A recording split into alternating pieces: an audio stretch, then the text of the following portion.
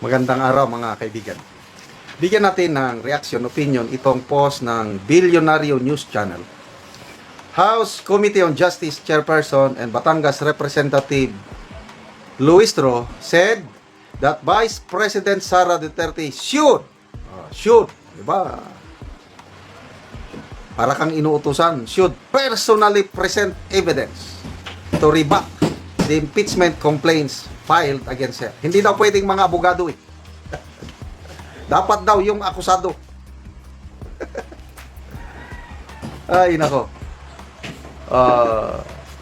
Ang alam ko, dito sa fiscal natin kasi itong ang mga kongresista, yung Committee on Justice, para silang mga fiscal. Okay? To determine probable cause para iakyat nila ang complaint, kaso sa korte. So dito ngayon sa impeachment, iakyat nila sa Senado dahil yun ang impeachment court.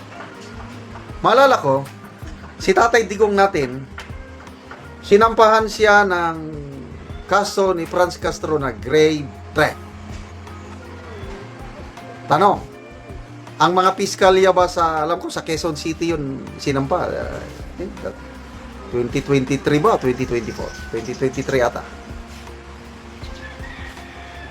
Ang mga fiscal ba, Quezon City, ni-require ba nila si Tatay Digong na mag-appear doon sa prosecutor's office?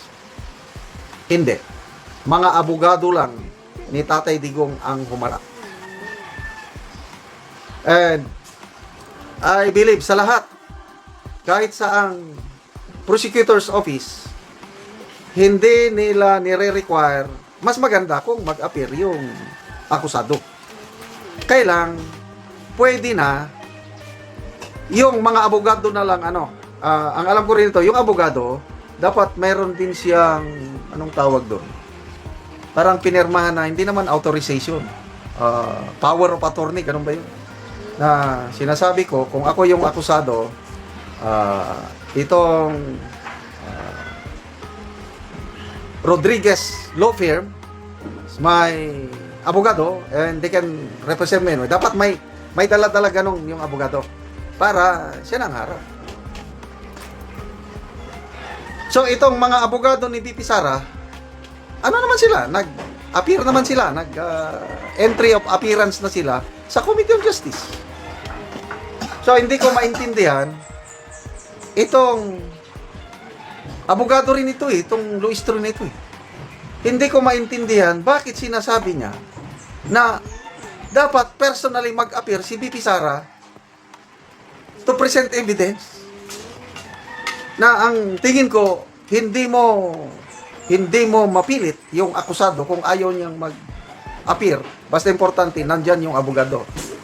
Okay, tingnan natin ang nag-react 7,600 ang nag-react. 6,800 tumatawa. Sinong tinatawanan? Of course, itong si Luis Tro. 156 ang galit. 565 lang ang nag-like kay Luis Tro. So anong percentage ito? Nasa 97% tinatawanan lang itong si Luis Tro. 3% lang naniniwala sa kanya. Okay, basta tayo sa mga comments. Antonio Picson Jr. It is not an obligation on the part of the person charged to present her evidences before a Congressional Justice Committee.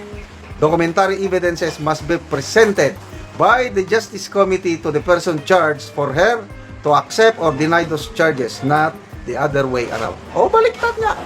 Paano? Wala silang hawak ng mga evidences. Inamin nga ni Madam Chair na hanggang ngayon, yung notice of disallowance from COA, yung confidential funds ni VP Sara na na-receive niya noong 2022, wala pa silang hawak.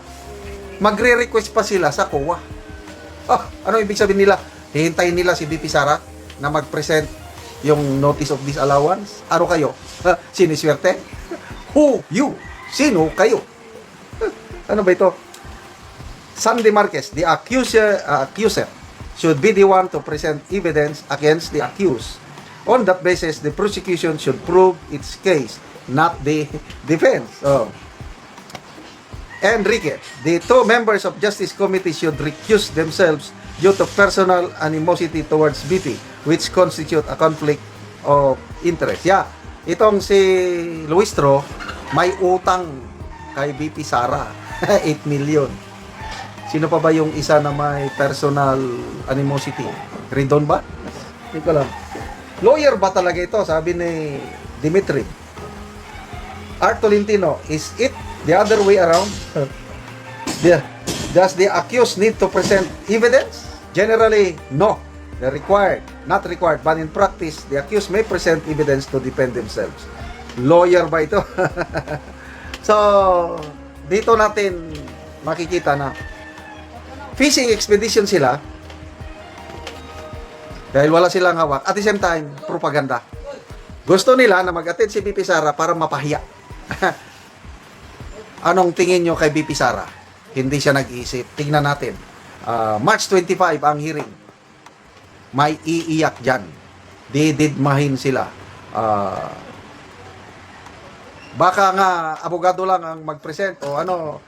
Sa tingin ko, never silang magpapakita ng ebidensya. Sa impeachment trial na lang magpapakita itong kampo ni BP Sara. Yun ang tingin ko.